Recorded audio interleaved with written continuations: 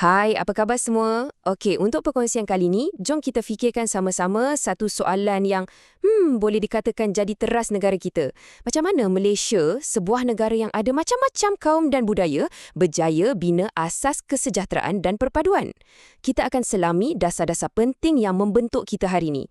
Jadi, soalan besarnya ialah apakah sebenarnya tiang seri atau ramuan rahsia yang pegang kita semua ni kan? Untuk betul-betul faham jawapannya, kita kena undur sikit ke belakang, tengok apa cabaran yang pernah kita lalui dan macam mana kita atasinya.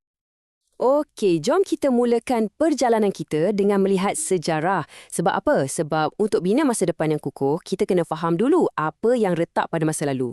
Ini bukan nak salahkan sesiapa tahu, tapi untuk kita belajar daripadanya. Cuba kita tengok garis masa ni. Benih-benih perpecahan ni sebenarnya mula ditanam masa zaman British lagi. Dasar-dasar mereka mengasingkan kaum ikut kerja dan tempat tinggal.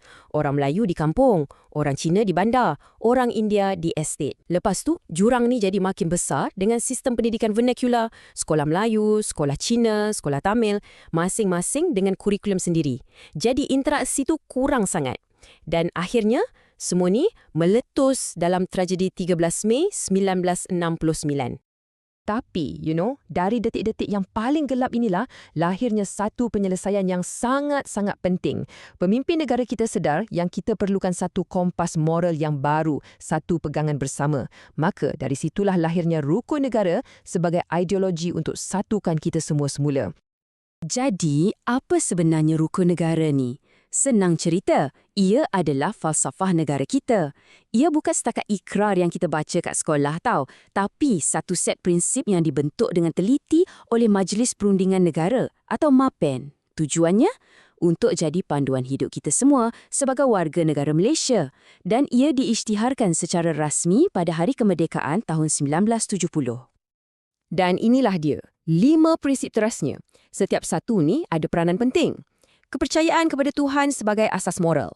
Kesetiaan kepada raja dan negara sebagai lambang perpaduan. Keluhuran perlembagaan untuk lindungi hak semua. Kedaulatan undang-undang supaya tak ada siapa terkecuali. Dan yang terakhir, kesopanan dan kesusilaan sebagai nilai murni kita bersama. Semuanya direka untuk pastikan kita hidup harmoni. Okey, ideologi dah ada. Tapi macam mana nak jadikan ia satu realiti? Kat sinilah datangnya dasar-dasar praktikal. Jom kita tengok 3 bidang utama yang disentuh. Pendidikan, bahasa dan juga kebudayaan. Cuba tengok perbezaan yang sangat ketara ni. Dulu, sistem sekolah kita terpisah-pisah. Sekarang, kita ada dasar pendidikan kebangsaan. Bayangkan, semua pelajar, tak kira bangsa, belajar guna kurikulum yang sama, guna bahasa Melayu sebagai bahasa pengantar, dan belajar subjek sejarah yang sama. Tujuannya jelas kan? Nak pupuk rasa cinta dan faham yang sama tentang negara kita sejak dari kecil lagi. Dan kita tak boleh lupakan pasal bahasa. Melalui Akta Bahasa Kebangsaan, bahasa Melayu telah diangkat sebagai bahasa kebangsaan kita. Slogan yang sangat ikonik dari Dewan Bahasa dan Pustaka ni, bahasa jiwa bangsa, ia merangkum segalanya. Bahasa ni bukan sekadar alat kita bercakap tau. Ia adalah jiwa yang membentuk identiti dan peribadi kita sebagai satu bangsa.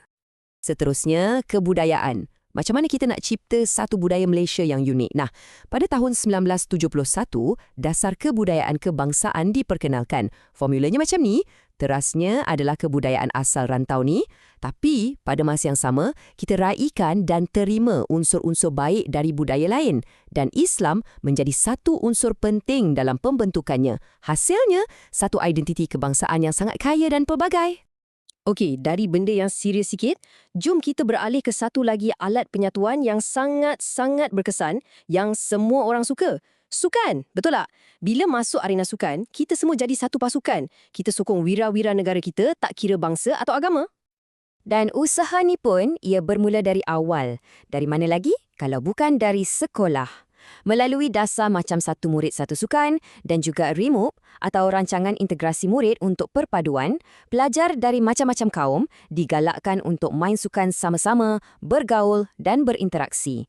Kat sinilah benih-benih persahabatan sejati tu mula tumbuh. Lepas tu, pada tahun 1986, kita ada satu lagi level up. Pada peringkat kebangsaan, Sukan Malaysia atau SUKMA diperkenalkan. SUKMA ni bukan setakat tempat nak cari atlet pelapis tau. Ia juga jadi platform hebat untuk eratkan hubungan antara negeri-negeri di Malaysia. Semua bersaing dalam semangat kesukanan yang sihat. Siapa boleh lupa laungan keramat ni? Malaysia boleh.